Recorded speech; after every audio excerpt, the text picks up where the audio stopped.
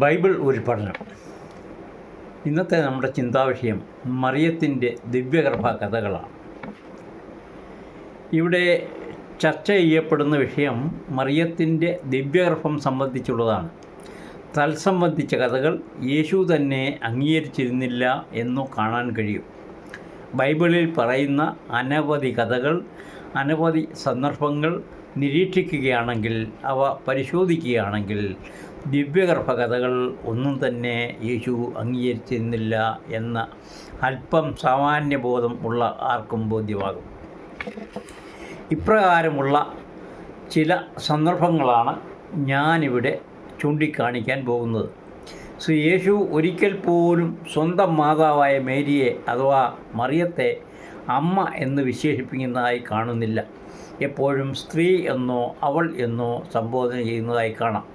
12-ാമത്തെ വയസ്സിൽ സിനഗോഗിൽ പുരോഹിതന്മാരുമായി ചർച്ച നടത്തുന്ന യേശുവിനെ പിന്നീട് ലോകം കാണുന്നതും അറിയുന്നതും 29-30 വയസ്സുകളിൽ ആണ്. പൊതുവേദിയിൽ തൻ്റെ പ്രബോധനങ്ങളുമായി പ്രത്യക്ഷപ്പെടുമ്പോൾ മാത്രമാണ് കാണുന്നത്.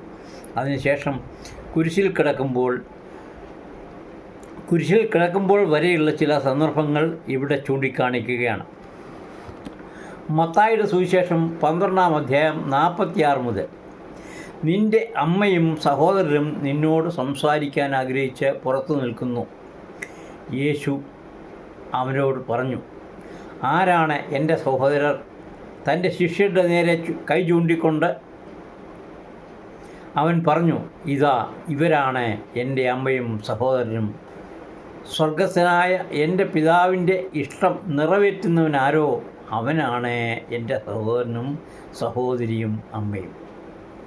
ഇതേ കാര്യം മർക്കോസ് 3:31 മുതൽ ലൂക്കോസ് 8:19 മുതലും വാക്യങ്ങളിൽ കാണാം. ലൂക്ക ദൈവവചനം ശ്രവിക്കുകയും, ലൂക്കായുടെ സുവിശേഷത്തിലെ ഭാഗമാണിത്, ദൈവവചനം ശ്രവിക്കുകയും അതനുസരിച്ച് പ്രവർത്തിക്കുകയും ചെയ്യുന്നവരാണ് എൻ്റെ അമ്മയും സഹോദരരും. യഹോവ നേരിട്ട് വന്ന് ദിവ്യഗർഭം നൽകി അനുഗ്രഹിച്ച മറിയത്തെക്കുറിച്ച് പുത്രൻ്റെ അഭിപ്രായമാണ് മുകളിൽ കണ്ടത്. മർക്കോസ് ഇങ്ങനെ എഴുതിയിരിക്കുന്നു, ദൈവത്തിൻ്റെ ഹിതം നിർവഹിക്കുന്നവനാരോ അവനാണ് എൻ്റെ സഹോദരനും സഹോദരിയും അമ്മയും. മാതാവായ മറിയ ദൈവഹിതം നിറവേറ്റിയവൾ അല്ല എന്നാരെങ്കിലും വിചാരിച്ചാൽ സാക്ഷ്യം പറയാനും, മറ്റൊരു സന്ദർഭത്തിൽ വിവാഹസദ്യാസമയത്ത് മറിയ യേശുവിൻ്റെ സമീപത്ത് നിന്ന് മകനെ വീഞ്ഞു തീർന്നിരിക്കുന്നു എന്ന് പറയും. യേശു പറയുന്നു, എനിക്കും നിനക്കും എന്ത് എന്നാണ് യേശു പറയുന്നത്.